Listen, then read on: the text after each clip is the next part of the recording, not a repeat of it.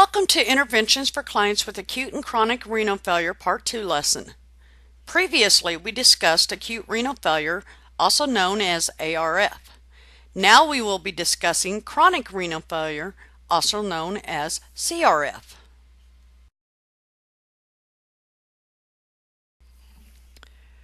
Chronic renal failure is progressive, irreversible kidney injury. When kidney function is too poor to sustain life, then it is called end-stage renal disease, also known as azotemia, uremia, uremic syndrome. There is a gradual decrease in function, diminished renal reserve.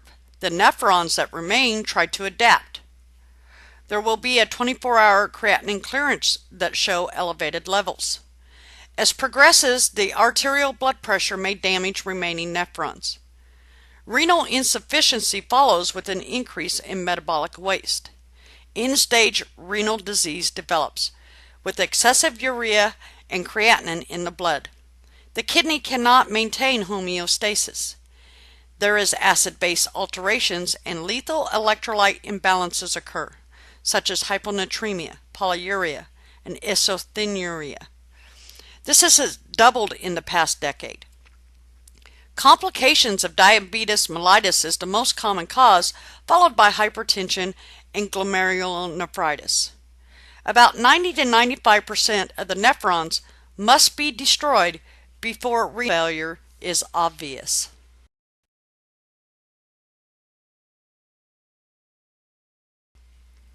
When kidney function is too poor to sustain life, chronic kidney disease becomes end-stage kidney disease, or kidney failure. Kidney dysfunction with greatly reduced glomerular filtration rate causes many problems, including abnormal urine production, poor water excretion, electrolyte imbalances, and metabolic abnormalities. A few of these changes, some examples would be metabolic changes and cardiac changes. So metabolic changes include urea and creatinine. The excretion is disrupted.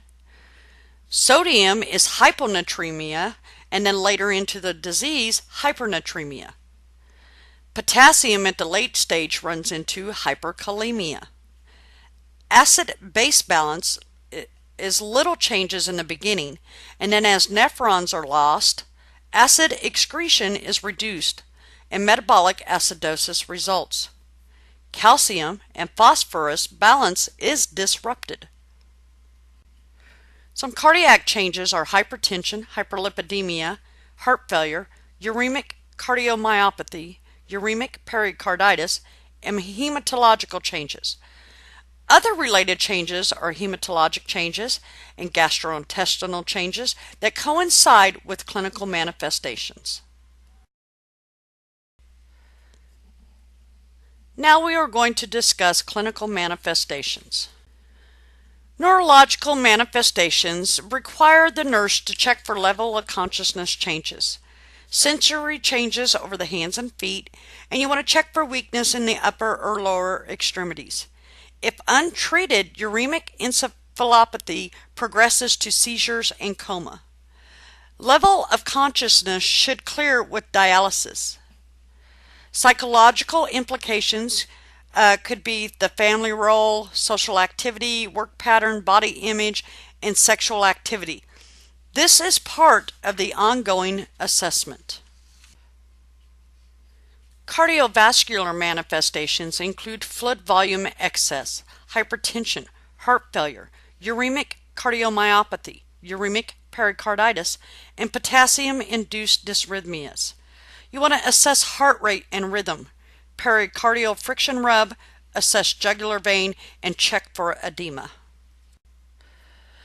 Respiratory manifestations include uremic fever, deep sighing, yawning, shortness of breath, tachypnea, hyperapnea, cuspal respirations, and uremic lung. You want to assess breath sounds.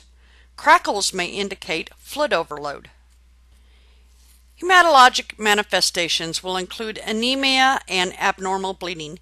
You want to assess for indications of abnormal bleeding such as petechiae or tarry black stools.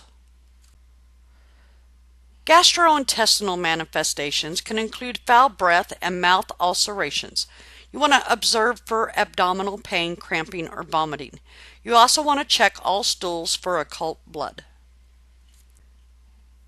Urinary manifestations, you will check amount, frequency, and appearance of urine. Check for proteinuria or hematuria that can be present. And then all urinary signs and symptoms may give an indication of stage of the renal failure. For integumentary manifestations, you're going to observe for the following: a yellowish discoloration due to the urochrome pigment. Check for pruritus, uremic frost, and ecchymosis. Lab data will include creatinine, blood urea nitrogen, sodium, potassium, calcium, phosphate, bicarbonate, hemoglobin, and hematocrit.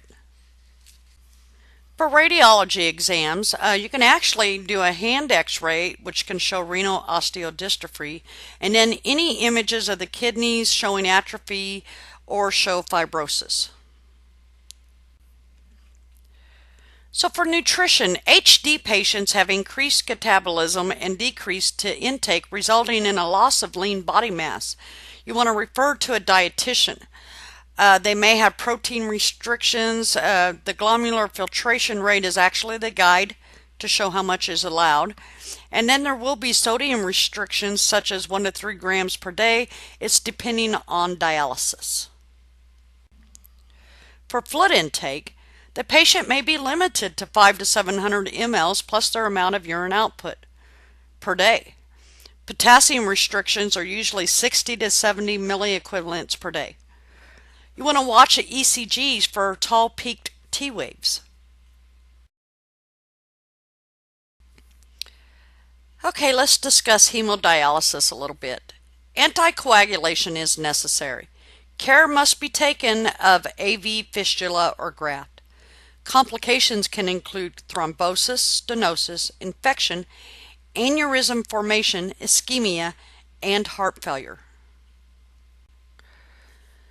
You want to weigh the patient before and after hemodialysis to make sure they're not retaining any water. You want to ask if there should be any medications held until after the procedure. You want to measure vital signs during the procedure because they could result in orthostatic hypotension. You want to check the vascular access site, make sure it's not infiltrated. You want to observe for bleeding, and you want to check for level of consciousness, headache, or possibility of nausea or vomiting. Some complications of hemodialysis include dialysis, disequilibrium syndrome, infectious disease, or hepatitis infection. Okay, now we're going to discuss peritoneal dialysis. First, we'll cover the pathophysiology. It occurs in the peritoneal cavity. This is slower compared to hemodialysis. Peritoneal dialysis does not require anticoagulation, and it doesn't require an access. Often the choice for older patients, but it is less stable, for the less stable clients. Dialysis occurs through diffusion and osmosis across the semi-permeable peritoneal membrane. The more hypertonic the solution, the greater the osmotic pressure for water filtration and fluid removal. Technique is provided through a celastic catheter that is placed into the abdomen. 1 to 2 liters of dialysate is infused by gravity over 20 minutes. Dialysate is left in place as prescribed for a certain period of time. The fluid flows out of the body by gravity.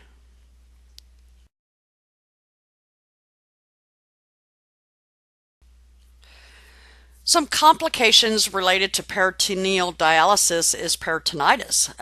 Some of the signs and symptoms of that would be the cloudy effluent. You want to send a culture or gram stain and cell count. The patient can experience pain. The solution could be too warm or not warm enough. You want to check exocyte and tunnel for infections. And there may be poor deciliate flow, which you want to make sure the drainage bag is lower than the abdomen. There could be clot formation, and you will have to milk the catheter. There could be a possibility for deciliate leakage. This may require HD. For nursing care, you want to monitor blood sugar prior to starting and pain during the procedure. You want to weigh on the same scale every 24 hours and after every treatment. And then baseline labs such as blood glucose and electrolytes should be monitored. Vital signs should be taken every 15 to 30 minutes. And then monitor the exit site for signs and symptoms of infection. And then of course you want to observe the outflow pattern. At some point, patients may not respond to treatment or dialysis or medications. At this point, they will need a renal transplant.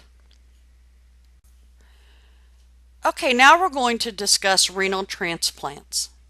During renal transplant, the patient will receive immunosuppressive drug therapy, urologic management, a daily UA, glucose, acetone, SC, and cultures, and daily weights. Complications of renal transplant include rejection, acute tubular necrosis, thrombosis, renal artery stenosis, and wound complications. To prevent rejection of the renal transplant, we will administer corticosteroids, anti-lymphocyte, monoclonal antibodies, and cyclosporines. This concludes the lesson of interventions for clients with acute and chronic renal failure. If you have any questions related to the lesson, contact the instructor.